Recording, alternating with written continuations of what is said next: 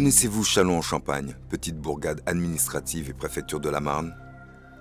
Depuis plusieurs jours, nous voyons dans le ciel de Châlons des lumières étranges et intrigantes. Genre, le soir, on était sur mon balcon et on a entendu un bruit dans le ciel. Donc, nous, au premier réflexe, on a regardé en l'air. J'ai fait oui.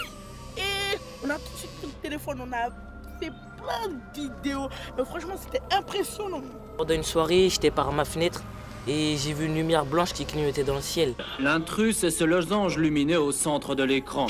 Au ralenti, on observe la trajectoire de l'objet. En 3 secondes seulement, l'OVNI plonge de 4000 à 1500 mètres d'altitude. L'accélération a été fulgurante de 1000 à 1900 km/h. D'autres témoignages visuels convergent dans ce sens, avec ces images moins rassurantes de silhouettes étranges. Bah, il y a des disparitions, après ils reviennent, ils ont des capuches, ça fait peur, c'est pas humain. C'est vrai ça? Ouais, c'est vrai. Mais vous vous rendez pas compte, c'est vraiment grave ce qui se passe ici. Il y a des personnes qui disparaissent. Dans le quartier Verbeau sont apparus des crop circles dont certains témoins se souviennent encore. Bah, un soir, il y a eu des lueurs de lumière qui sont apparues dans le ciel. Et quand il a fait jour, il y a des traces qui sont apparues. Et c'est quoi ces traces? Ceux-là. Ah oui. Et elles sont où ces traces? Là-bas. Les traces, elles sont en train de se faire recouvrir là-bas. Ou encore ces trous inexpliqués dans le quartier de la Bidée. Hier, avant, c'était tout plat. Maintenant, juste comme ça, on est venu cet après-midi, il y avait un creux. Ces chiens, témoins de phénomènes étranges, hurlent encore. Tout converge vers ce site. Planté dans le quartier La Bidée, ce lieu enfermé, clos sur des kilomètres, cet endroit mystérieux impose sa présence. Est-ce un laboratoire secret dans les caves du sous-sol crayeux? Tout cela inquiète les habitants, et ce depuis des années. Tout petit, ça me faisait déjà peur. J'entendais des bourdonnements aux oreilles. Depuis, rien n'a réellement changé. Quand on arrive dans cette zone, nos portables sont brouillés, on n'a plus de réseau. Alors, que se passe-t-il dans cette zone? Zone, c'est bien le mot, car quel est le code postal de Châlons? 51. Et zone 51, ça ne vous rappelle rien? Le Nevada, bien sûr, là où des militaires américains retiennent la créature de Roswell. Et si cette zone interdite était une base militaire d'expérimentation, d'échange avec des extraterrestres? Zone qui doit rester secrète pour ne pas affoler les populations, comme l'atteste le silence des autorités. Mais ce lieu, on dit que c'est une base extraterrestre. Non, ce monument est situé dans un parc privé. Nous ne pouvons le visiter. Et toutes ces rumeurs sont fausses. Ah ouais? Non. Plusieurs indices le prouvent. Tout d'abord, si on observe une carte de Châlons, on y découvre le visage de Néfertiti. Vous savez, ces Égyptiens qui étaient en contact avec les forces extraterrestres comme l'atteste la création des pyramides.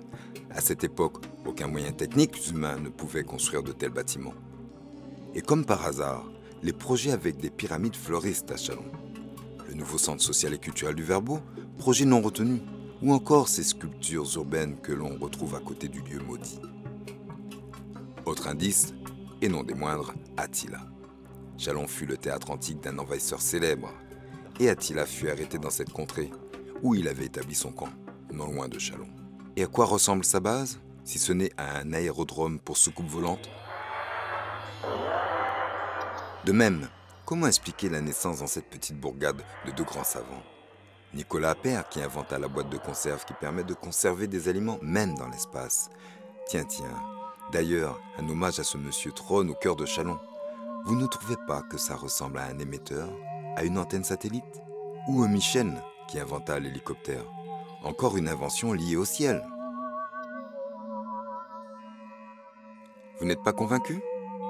Alors comment expliquer encore qu'en 2005, tous les passionnés d'ufologie se sont rencontrés à Châlons pour un colloque exceptionnel? Ici?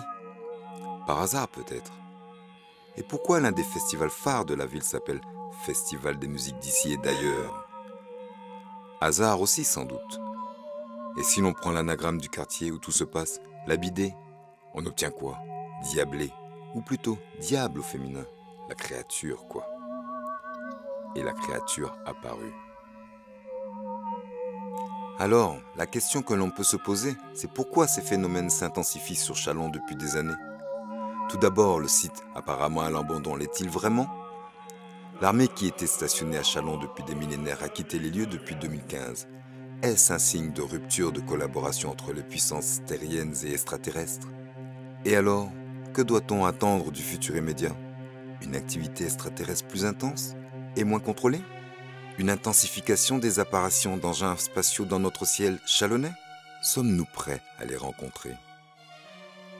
En tout cas, vous ne pourrez plus dire que vous ne savez pas.